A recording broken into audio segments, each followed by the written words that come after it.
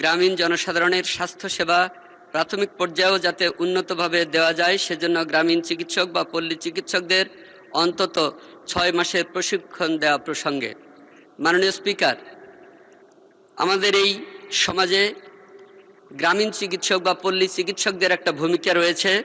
যদিও তারা সার্টিফিকেটধারী কোনো চিকিৎসক নয়, তারা ডাক্তার হিসেবে গ্রামে পরিচিত হলেও কাগজে কলমে ডাক্তার নয়, কিন্তু আমরা জন্মের পর থেকে দেখে আসছি গ্রাম এলাকায় তাদের উপর নির্ভর করেই মূলত আমাদের প্রাথমিক স্বাস্থ্যসেবা নিতে হয়, চিকিৎসার জন্য তাদের কাছেই যেতে হয়।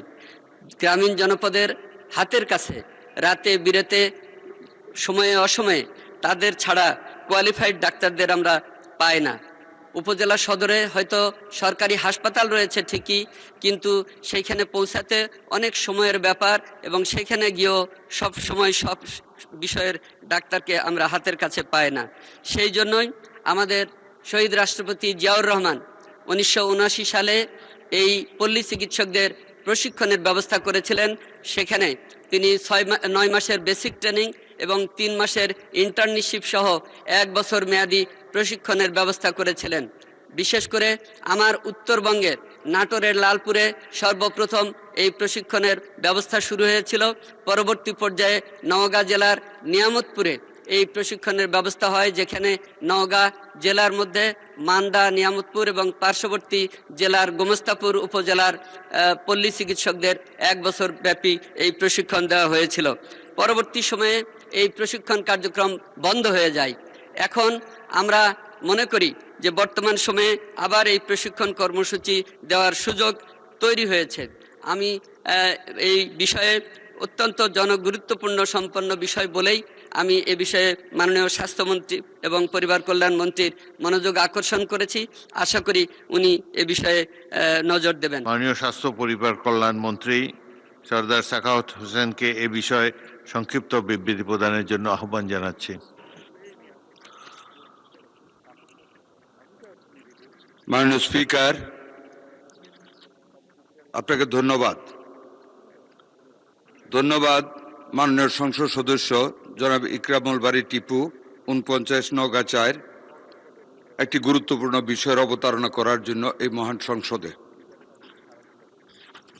আমি শ্রদ্ধার সাথে মাননীয় সংসদ সদস্যের অনুসন্ধানের এবং পরামর্শের জবাব দিচ্ছি। মাননীয় স্পিকার, ওনাকে ধন্যবাদ এই বিষয়টি উত্থাপনের জন্য।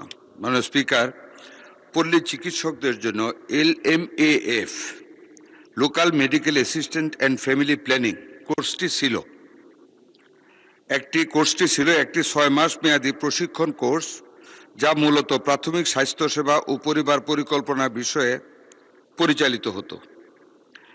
এটি কোনো পূর্ণাঙ্গ ডিপ্লোমা বা স্বীকৃত চিকিৎসক ডিগ্রি ছিল না, তবে এর মাধ্যমে প্রশিক্ষণপ্রাপ্তদের পল্লী চিকিৎসক হিসাবে গণ্য করা হতো।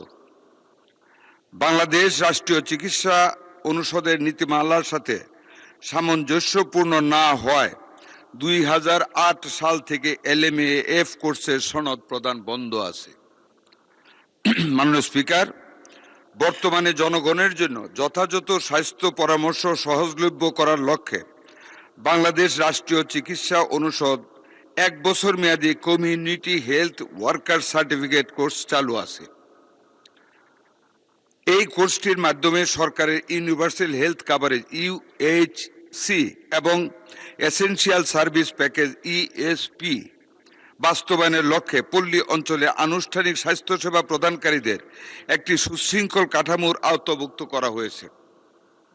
মাননীয় স্পিকার, বর্তমানে এই কোর্সের মাধ্যমে দেশব্যাপী 13টি প্রতিষ্ঠানে যে কোনো বয়সের আগ্রহী স্বাস্থ্যকর্মীদের প্রাথমিক ও সাধারণ জ্ঞান, মাতৃ ও শিশু স্বাস্থ্য, মানবদেহের সাধারণ জ্ঞান, সাধারণ প্যাথোলজি ও সংক্রমণ প্রতিরোধ, কমিউনিকেবল ও নন কমিউনিকেবল রোগ এবং সীমিত আকারে রোগ প্রতিরোধ জ্ঞান, কমিউনিটি মেডিসিন এবং প্রাথমিক স্বাস্থ্যসেবা, পরিবার পরিকল্পনা, ড্রাগ মেডিসিন ও ফার্স্ট এইড বিষয়ে যথাযথ প্রশিক্ষণ প্রদান করা হচ্ছে এবং পরীক্ষা গ্রহণের মাধ্যমে সনদ প্রদান করা হয়।